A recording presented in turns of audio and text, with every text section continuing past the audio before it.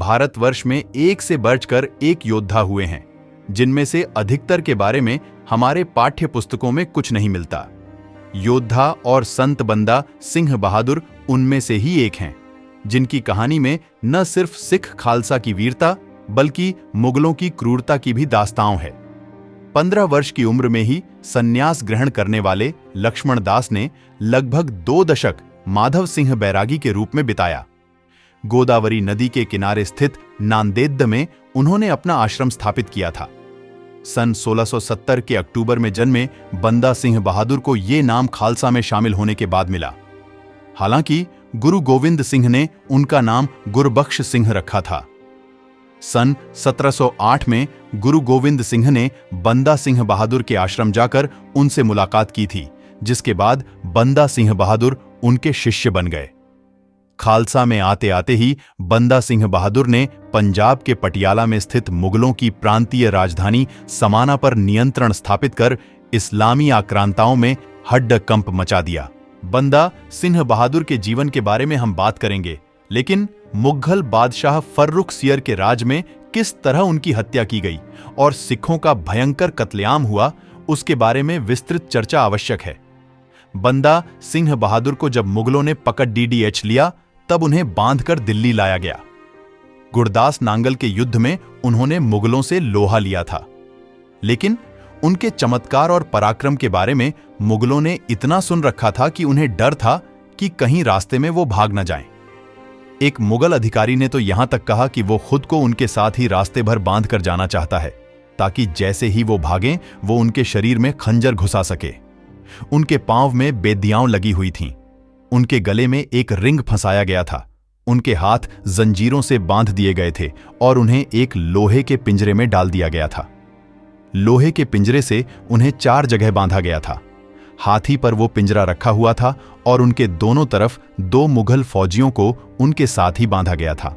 उनके साथ साथ गाजे बाजे के साथ एक मुगल दल चल रहा था। साथ ही फौजियों ने अपने अपने भाले पर मृत सिखों के कटे हुए सिर लटका रखे थे, जिन्हें वो प्रदर्शित करते हुए चल रहे थे। सबसे पीछे मुगलों के अमीर, फौजदार और अन्य राजा लोग चल रहे थे। 770 अधमरे सिख बंदियों, 2000 कटे हुए सिर और 700 मालगादियों में भरे हुए सिखों के कटे हुए सिर लेकर अब्दुल अस समद खान लाहौर की शाही सड्डक में घुसा।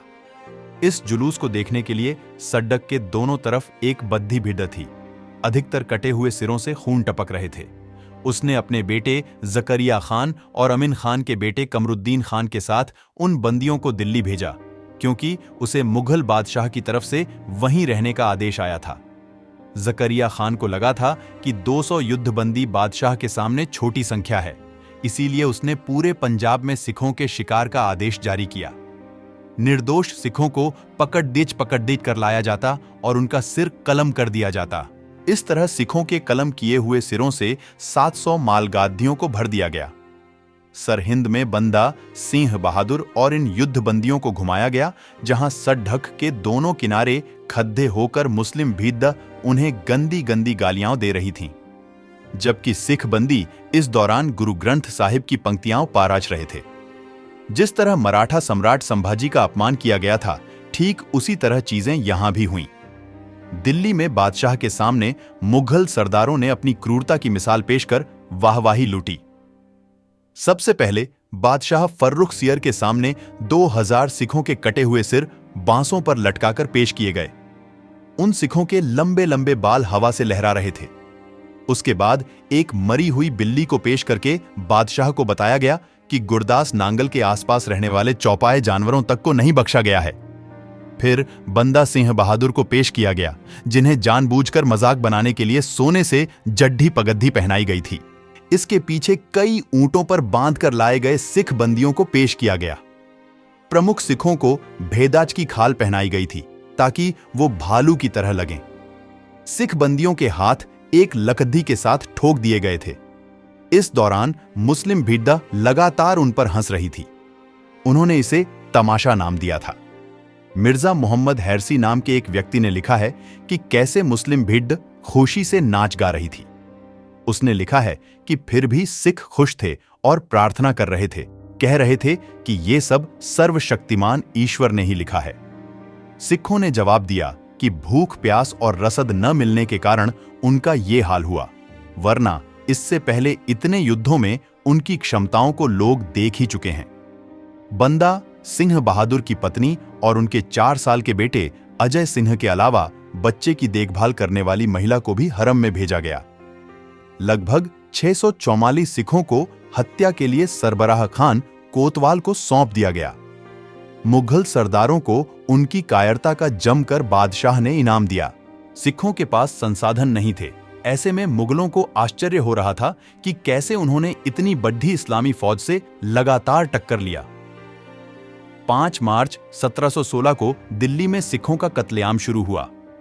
हर दिन 100 सिखों को पकड़ DDH कर लाया जाता और उनका सिर कलम कर दिया जाता। कत्लगाह में झल्लाद अपनी तलवारों की धार तेज करके रखते। सिखों को इस्लाम अपनाकर मुस्लिम बनने को कहा जाता, लेकिन एक ने भी गुरु की राह से अलग जाना स्वीकार नहीं किया। 1 सप्ताह तक यह कत्लेआम चलता रहा। इसके गवाह रहे लोगों ने लिखा है कि सिख बलिदान देने के लिए एक दूसरे से आगे जाने की होड़प में रहते थे और अंत समय तक उनके चेहरे पर उनकी मजबूती झलकती थी। सिर काट काट कर उनके शरीरों को फेंक कर एक ढेर बनाया जाता और रात को उनकी सिर कटी हुई लाशों को पेड से टांग दिया जाता था।